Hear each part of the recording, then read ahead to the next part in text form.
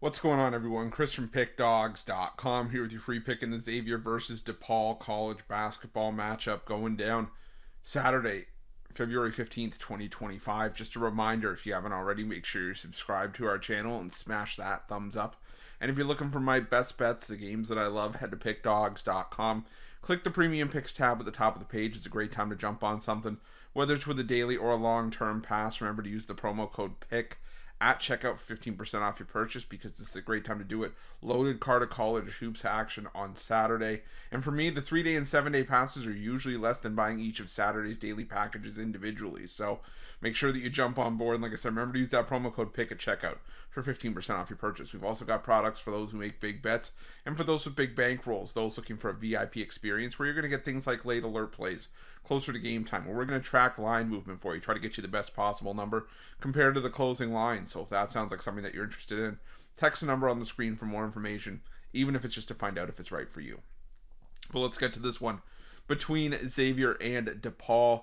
Xavier coming into this one with a record of 15-10 on the year, 13-12 against the number this season after a 91-82 win over Providence last time out. But they have alternated wins and losses in each of their last 7 games, while DePaul comes in off a back-to-back loss. Is the most recent one, a 68-58 loss to Marquette last time out to fall to 11-14 on the year, but did get the cover last time out to improve to 11-13-1 against the number this season. They've covered 3 of their last 4 games.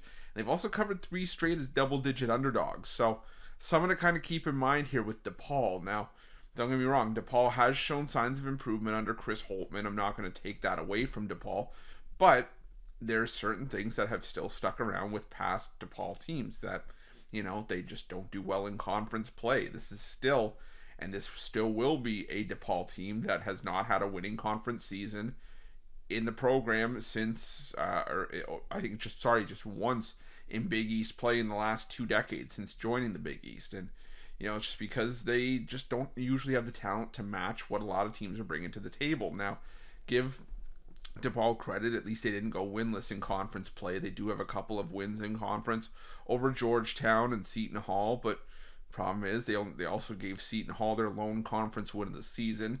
And Georgetown, this is a Georgetown team that has definitely improved, but still below 500 in conference play, and there's going to be some growing pains. They're going to have to still do some growing over the next couple seasons, but I think DePaul is maybe headed in the right direction if Holtmann can start to get his guys in the program. We always know year one usually the tougher of the group for a new head coach, and while that hasn't necessarily been the case at DePaul, Tony Stubblefield had a great first year compared to the next 2. Dave Leitao had a struggle through the first couple years.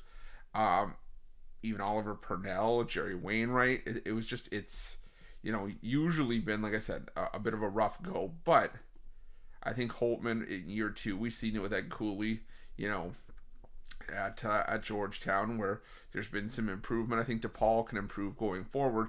The problem for DePaul is that they're missing one of their better players for the rest of the season in Connor Enright. He's done for the year, and that's a huge loss for DePaul. I mean, that's a big loss. He was one of their better, glue players. He's a just solid piece across the board.